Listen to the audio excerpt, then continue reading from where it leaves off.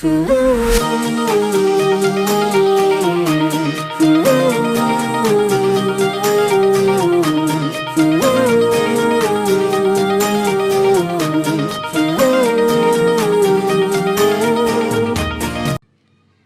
semuanya.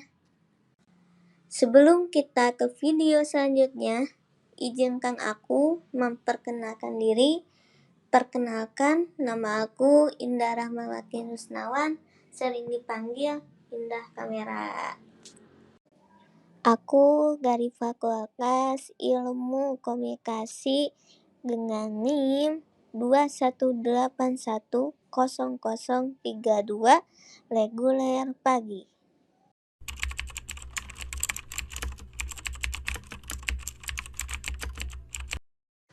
Jawaban nomor 1 yaitu diambil dari bahasa Latin capita selecta yang secara harfiah berarti topik atau bab pilihan. Capita selecta di era kemerdekaan sering dijadikan judul karya tulis oleh kaum intelektual Indonesia yang merupakan kumpulan ide-ide atau pemikiran yang dijadikan satu.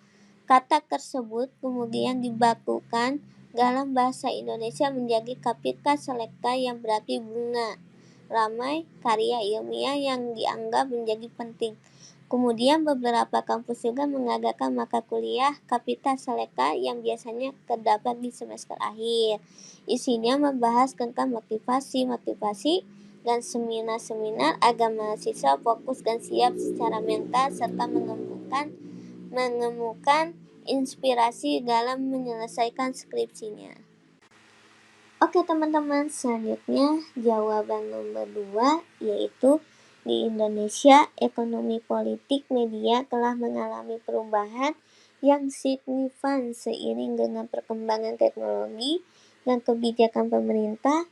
Pada awalnya media di Indonesia didominasi oleh media cetak yang dikendalikan oleh pemerintah atau kelompok-kelompok yang memiliki kepentingan politik dan ekonomi tertentu. Namun, dengan munculnya internet dan media sosial, langkah media di Indonesia mengalami perubahan besar.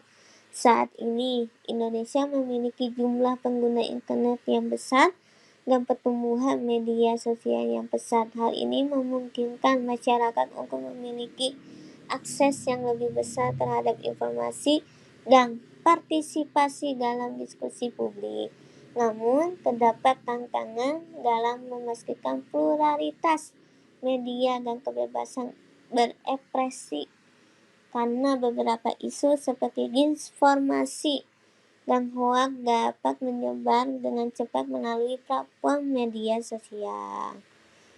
Selain itu, ekonomi politik media di Indonesia juga dipengaruhi oleh faktor-faktor seperti kepemilikan media yang terkonsentrasi ketergantungan pada iklan sebagai sumber pendapatan utama dan interaksi media dengan kepentingan politik dan ekonomi. Beberapa kelompok media besar di Indonesia memiliki ikatan dengan kepentingan politik dan bisnis yang kuat, dapat mempengaruhi pemberitaan dan narasi yang disampaikan kepada publik. Selanjutnya, dalam realitasnya, kebebasan pers dan keragaman media di Indonesia telah mengalami peningkatan dalam beberapa tahun terakhir. Namun, masih terdapat beberapa masalah yang perlu diatasi, seperti adanya intimidasi terhadap jurnalis, keterbatasan akses informasi, dan isu-isu kepentingan politik yang dapat mempengaruhi independensi media.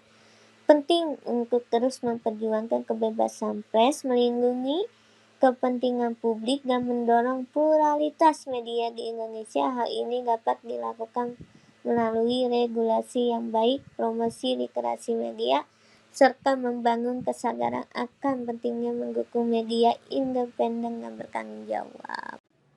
Jawaban nomor 3 yaitu teori determinisme media menyatakan bahwa media massa memiliki kekuatan yang dominan dalam membentuk pola pikir, keyakinan, dan perilaku manusia. Contoh-contoh yang mendukung teori ini termasuk dalam efek Paine-Fung studies yang menyoroti pengaruh film berkekerasan pada anak-anak, efek Cultivation yang menyatakan bahwa paparan berlebihan pada konten media tertentu dapat mempengaruhi pandangan dan keyakinan penonton. Efek agenda setting yang menunjukkan bagaimana media dapat menentukan topik dan isu yang menjadi perhatian masyarakat, serta efek framing yang mempengaruhi cara pemirsa memproses informasi sebelum menerima pesan tertentu. Jawaban nomor 4 yaitu kemampuan komunikasi interpersonal yang baik sangat penting dalam dunia kerja. Komunikasi yang efektif memungkinkan kolaborasi yang baik antara rekan kerja, memperkuat hubungan dengan klien dan pelanggan, serta membantu memecahkan masalah lebih efisien. Dengan kemampuan komunikasi interpersonal yang baik, seseorang dapat menyampaikan gagasan dan informasi dengan jelas dan tepat. Kemampuan untuk mendengarkan dengan baik juga memungkinkan kita memahami kebutuhan dan perspektif orang lain. Selain itu juga, kemampuan komunikasi interpersonal dapat membantu membangun tim yang solid dan meningkatkan aktivitas dalam lingkungan kerja yang saling mendukung. Komunikasi yang efektif memungkinkan tim untuk bekerja secara efisien, berbagi pengetahuan, dan mengatasi konflik dengan lebih baik. Komunikasi interpersonal yang baik juga dapat membantu membangun hubungan profesional yang kuat. Dalam banyak kasus, kemampuan untuk membangun koneksi dan menjalin hubungan yang baik dengan rekan kerja, atasan, dan pelanggan dapat membuka peluang karir yang lebih besar.